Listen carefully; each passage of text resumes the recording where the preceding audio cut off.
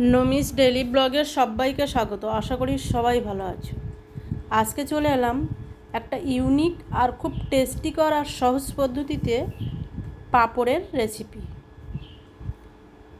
তোমরাও ঠিক এইভাবে বাড়িতে ট্রাই করতে পারো, এটা কিন্তু খুব সহজ। দেখো, প্রথমে আমি দুটো আলুকে সেদ্ধ করে রেখেছিলাম আগে থেকে, নিয়ে তাকে টুকরো করে নিলাম। নিয়ে আমি ভালো করে তেলে আলুগুলোকে ভেজে নেব। এখানে তোমরা কাঁচা আলু দিতে পারো, আমি আলুটাকে সেদ্ধ করে নিয়েছিলাম।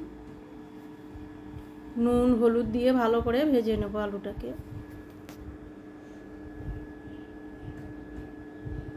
আলুটাকে সেদ্ধ করে নিলে তরকারিটা খুব তাড়াতাড়ি রান্না হয়ে যায়।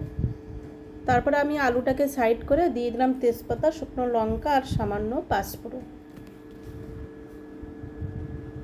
আর এখানে দিয়ে দিলাম কাঁচা লঙ্কা, সামান্য আদা আর কয়েক কোয়া রসুন। এবার একসাথে মিক্সড করে আমি ভালো করে কষিয়ে নেব। আলুটা আর আমি আলাদা করে তুলে নিলাম না, একই সাথে আমি কষিয়ে নিলাম।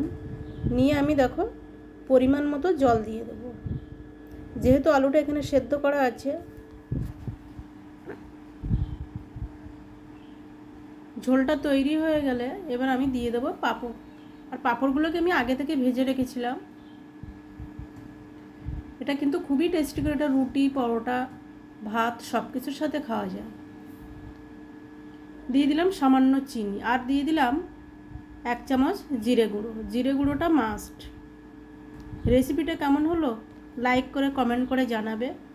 ততক্ষণ সবাই ভালো থাকবে, সুস্থ থাকবে। নেক্সট ভিডিওতে আবার দেখা হবে।